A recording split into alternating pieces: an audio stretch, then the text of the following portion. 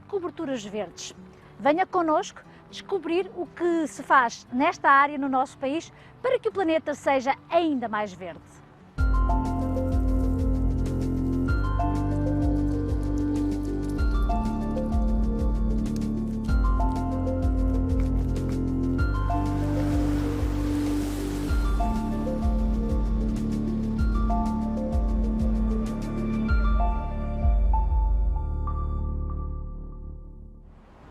Cada vez mais as pessoas estão a abraçar a ideia das coberturas verdes, uma vez que são excelentes para a biodiversidade e também para a estética e ambientes urbanos.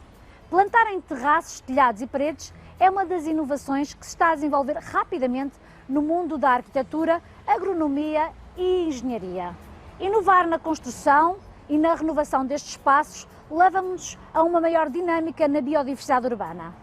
A impermeabilização dos solos e outro tipo de problemas em meio urbano faz com que estas coberturas verdes sejam uma ótima solução para manter os corredores ecológicos. Este tema é de larga abrangência e poderá ser otimizado com outro tipo de soluções, como a instalação de painéis solares e ainda com o aproveitamento de águas pluviais. Será este o futuro?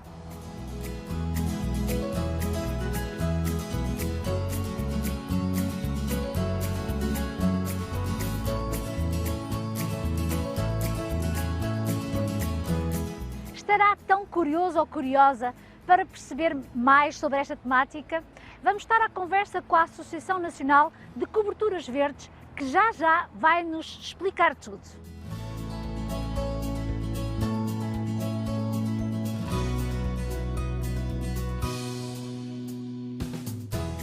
Hoje está um dia chuvoso, Jéssica, não é assim?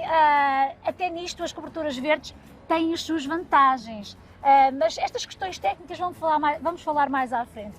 Acerca da Associação Nacional de Coberturas Verdes, quando teve início, se tem tido muita procura, como é que foi criada, qual foi esta necessidade? Quer-nos explicar? Claro.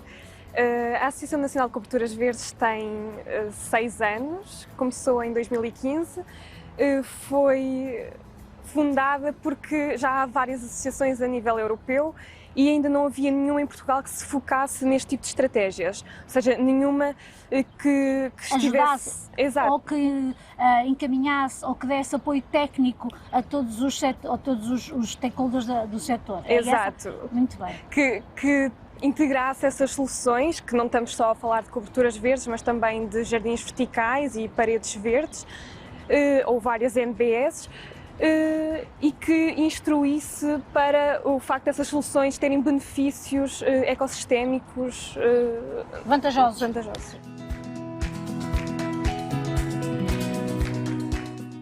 E estamos aqui num dessas coberturas verdes, não é verdade? Exato, estamos aqui na Praça de Lisboa e num dia de chuva então podemos ver que há um atraso dessa chuva a chegar aos sistemas de drenagem urbano.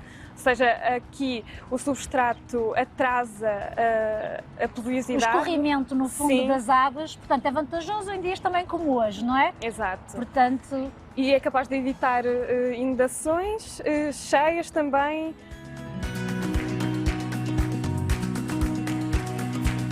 Podemos até ver aqui o aumento da biodiversidade, que é visível nesta cobertura. São importantes a nível de isolamento tanto térmico como do ruído, e isso é algo muito importante e é um dos pontos que está a ser considerado no fundo ambiental. São muito importantes a nível de captação de dióxido de carbono. Temos, obviamente, por causa das plantas e das árvores, ainda há um aumento maior. Continuidade dos corredores ecológicos, não é? Exato. Quando falas de biodiversidade, que é algo muito importante nas cidades também, é todo o tipo desde insetos, que às vezes as pessoas não gostam, mas têm uma grande função ecológica, a pássaros, não é? Portanto, nós conseguimos ver aqui que esta praça, que, ao que sabemos, no fundo estava completamente diferente e agora apresenta um aspecto muito mais interessante em pleno coração da cidade do Porto. E, portanto, ruído, biodiversidade, isolamento térmico, isolamento no aspecto de regulação de temperaturas citadinas, O atraso. continuidade, regulação das chuvas ou atraso das drenagens, que no fundo vai favorecer estes pavimentos impermeabilizados que temos nas cidades. Exato.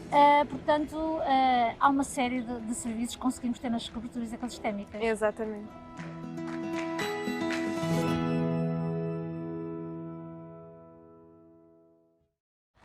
Olá, Ana! Olá, Paula. Cá estamos nós em pleno coração da cidade do Porto, não é? Verdade, mais no coração era impossível, temos a Torre dos Clérigos mesmo atrás de nós. Então, explica-nos que cobertura é esta. Portanto, esta é uma cobertura que está na Praça de Lisboa, que é conhecida como o Jardim das Oliveiras, graças a estas várias oliveiras que temos aqui neste jardim, né, que é um parque público, que está por cima de lojas, está por cima de um parque de estacionamento e que veio tornar este espaço que esteve degradado durante vários anos. Não sei se se recordam como era este espaço antes desta obra, e que hoje em dia é um dos locais mais instagramáveis da cidade do Porto e com imenso sucesso, e que é uma bela cobertura verde.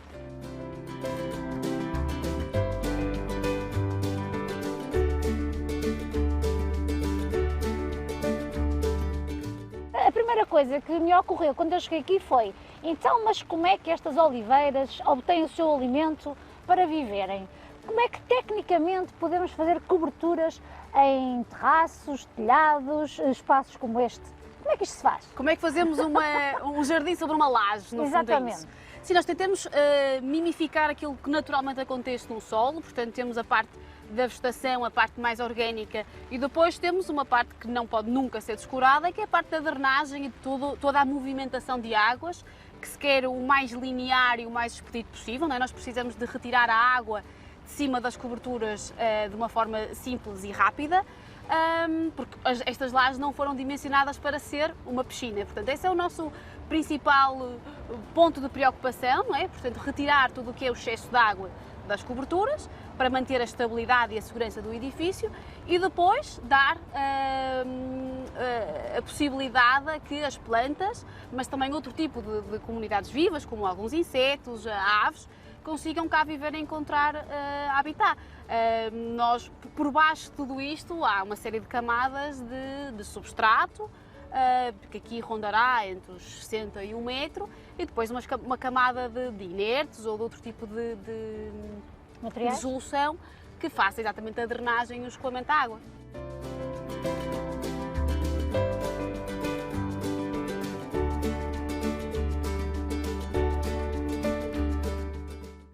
Todo este mundo, não sei se podemos falar assim, acaba por ser uma novidade na área da construção.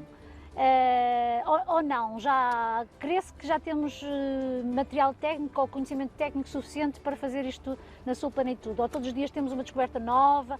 Fala um bocadinho aqui desta publicação.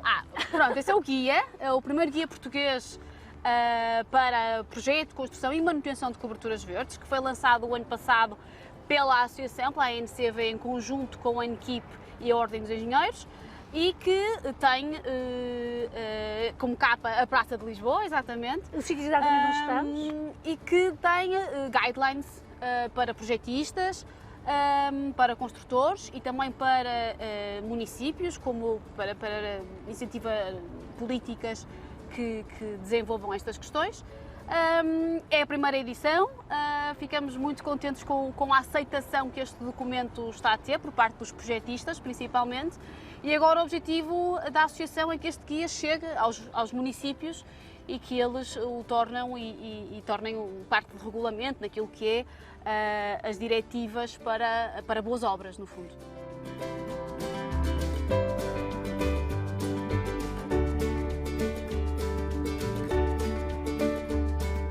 De que forma nós conseguimos conciliar toda a questão sustentável? Ou seja, uma cobertura verde deverá ter cobertura verde, ou deverá ter painel solar, ou deverá fazer o aproveitamento das águas pluviais.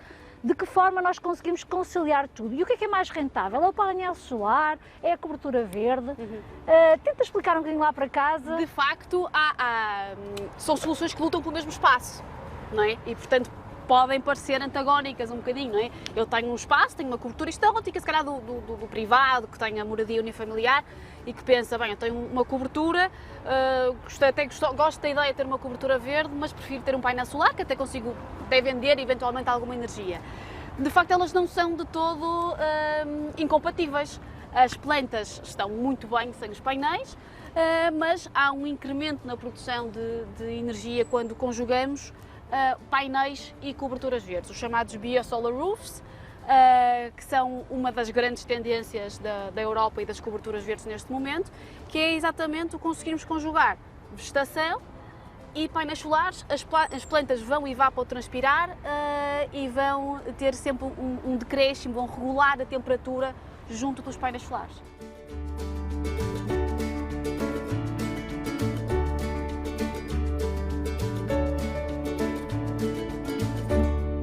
Enas, desta vez o cenário é outro, não é? Mas continuamos bem no centro da cidade, estamos na Rua Sá da Bandeira, naquilo que é uma requalificação do emblemático edifício Empório, que é um edifício que foi o ano passado requalificado, onde nós temos, existia uma série de armazéns, muitas delas até com coberturas em fibrocimento, que estão transformados nestes belos 1000 metros quadrados de cobertura verde e de jardim. Vamos agora fazer um exercício de planeamento e de perceber o investimento, se é muito, se é pouco, a gestão, tudo isto requer gestão, perceber também aqui ao longo do tempo que cuidados é que temos de ter com estas coberturas e, portanto, uns aspectos mais técnicos desta temática. Ajude-nos lá a tentar perceber se devemos ou se não devemos investir nesta cobertura verde. Eu penso que devemos sempre investir em coberturas verdes. De facto, nós estamos a ver duas coberturas que são duas coberturas intensivas e, portanto, estamos a falar de jardins em cima de edifícios que requerem os cuidados muito semelhantes aos jardins convencionais no solo. Salvaguardando sempre que estamos por cima de uma laje e, portanto, há algumas questões que devemos ter em atenção.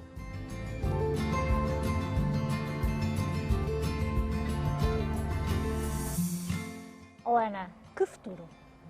Bem, o futuro é verde, costuma-se dizer. O futuro é, exatamente, rumo a um planeta verde. Exatamente, o futuro é verde.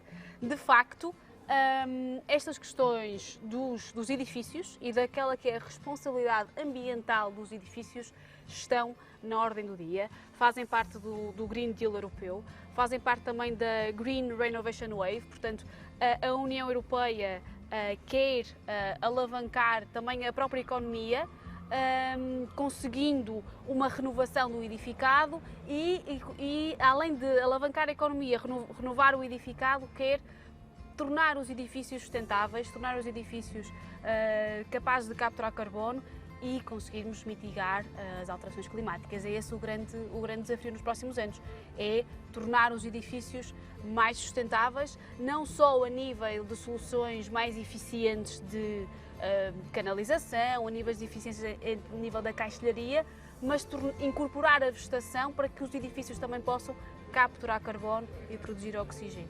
Assim seja. Assim seja.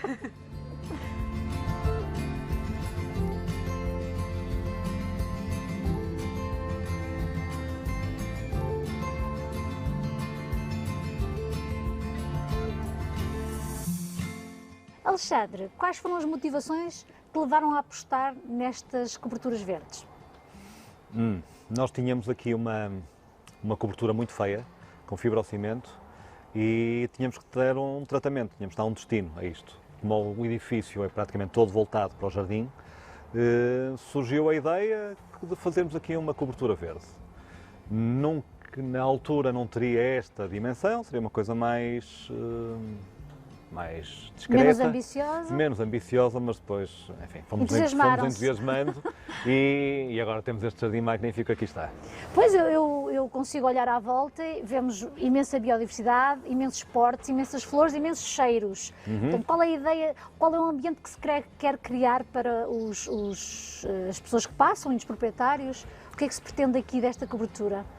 Este jardim é um jardim para ter espécies ou flor durante muitas alturas do ano, para estar muito verde e ter alguma sombra no verão, e para também permitir mais luz no inverno. Por isso temos aqui muitas espécies, temos magnólias, temos cornos, temos cameleiras, bétulas, áceres, muitos áceres, entre outras, mas temos muitas espécies, enfim, para dar uma variedade ao longo do ano, para não ser sempre o mesmo jardim.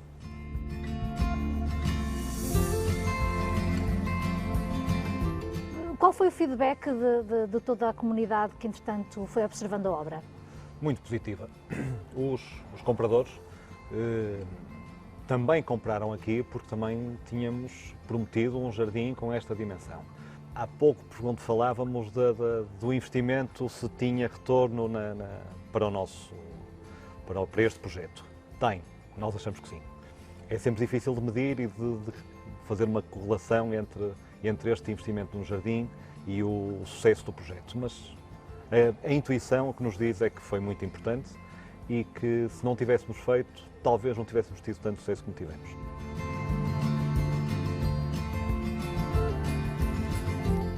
Portanto, aumentar a qualidade de vida nestes espaços urbanos é o que se pretendem com estas obras, Sim, não é? eu não tenho dúvida que, sendo este já um prédio conhecido, porque é um prédio com 70 anos, um pouco mais, que era um prédio onde existiam muitos consultórios médicos, a Cunha, enfim, a garagem Sá da Bandeira, é um prédio conhecido. Isto veio trazer um novo interesse pelo edifício. É algo que não se tem falado muito neste programa, porque acaba por estar inerente, que é o embelezamento destas coberturas verdes. Sim. Portanto, isto é visível e é algo também, uma das vantagens deste tipo de cobertura. Sim, isso sem dúvida. E como este jardim é visível da rua, desperta muita curiosidade. Todos os dias vejo pessoas paradas a olhar para o jardim. Então bem-aja por tornar estas nossas cidades mais Obrigado. bonitas também. Sim, estamos contentes. Obrigado.